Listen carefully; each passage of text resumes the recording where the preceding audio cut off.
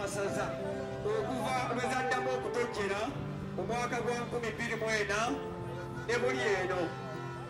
N'olw'ensonga eyo buli lwojja n'osinkana omuntu yenna mu mizannyo gino egy'amasaza kitegeeza nti tuli baaluganda era tuli bazzukulu ba Nambi ab'enda ya Nakalaama.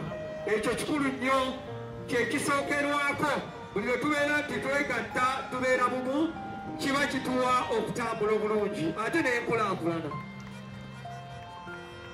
Oweekitiibwa Katikkiro, Deputy Katikkiro, nzikiriza mukama wange twanirize omukubiriza w'olukiiko lwa Buganda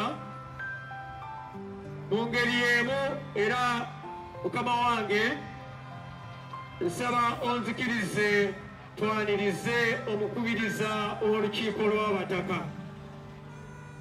Bassebo ne bannyabo abali ku mupiira guno ffenna, Ssaabasajja Kabaka yasiima empaka zino zitumbule ebitone, era ababadde ku TV zammwe eka twalabye bulungi nnyo empaka ez'abaana abali wansi w'emyaka 20 abasinga bonna bavudde mu mpaka z'amasaza ga Buganda.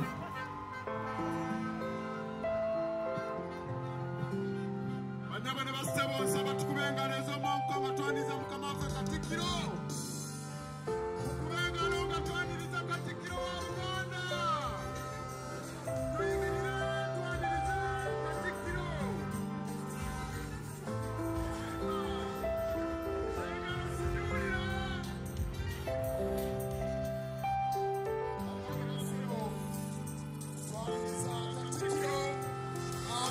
Kwaniriza ttone Mbazira amukutteko mu ngalo. Ono omuvubuka ebinyaanyanya Katikkiro amukutteko mu ngalo. Kabaka Katikkiro tukwesize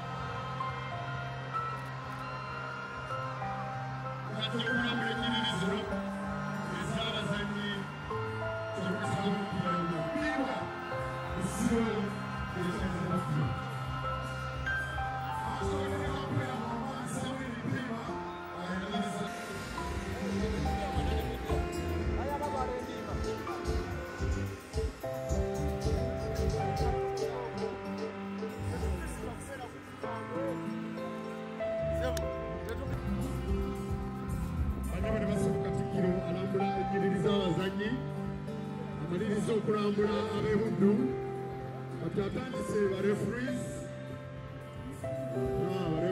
baffe abalungi abambadde ekiragala ne bulanka bareferees. Oluvannyuma nekayagiri abuuze b'ebisiro ate be bakyazizza omupiira guno.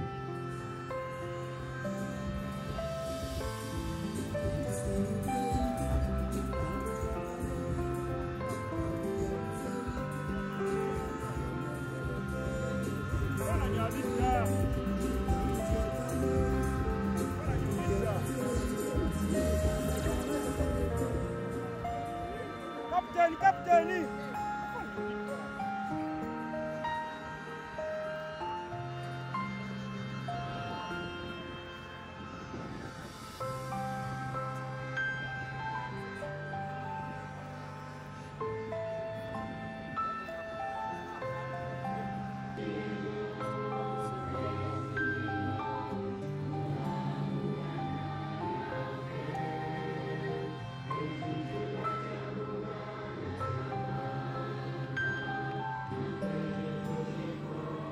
ddala weebale nnyo weebalire ddala okukkiriza okujja okubeerawo ng'omusaale ng'omupiira guno gusambibwa.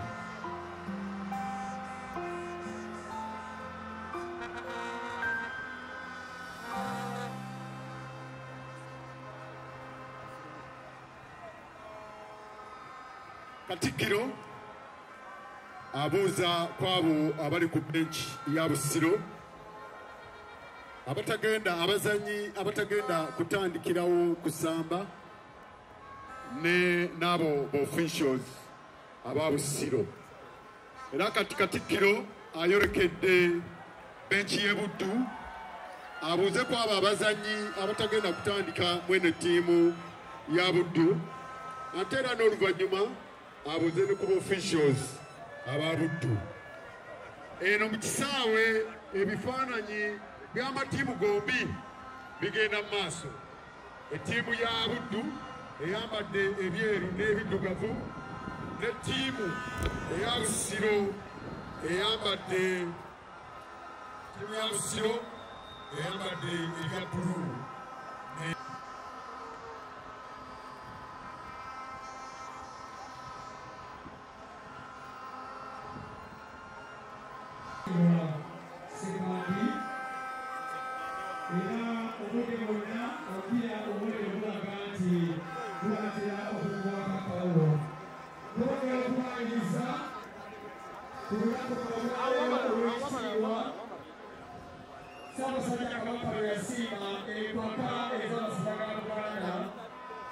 Omwaka 2022 zikalwewo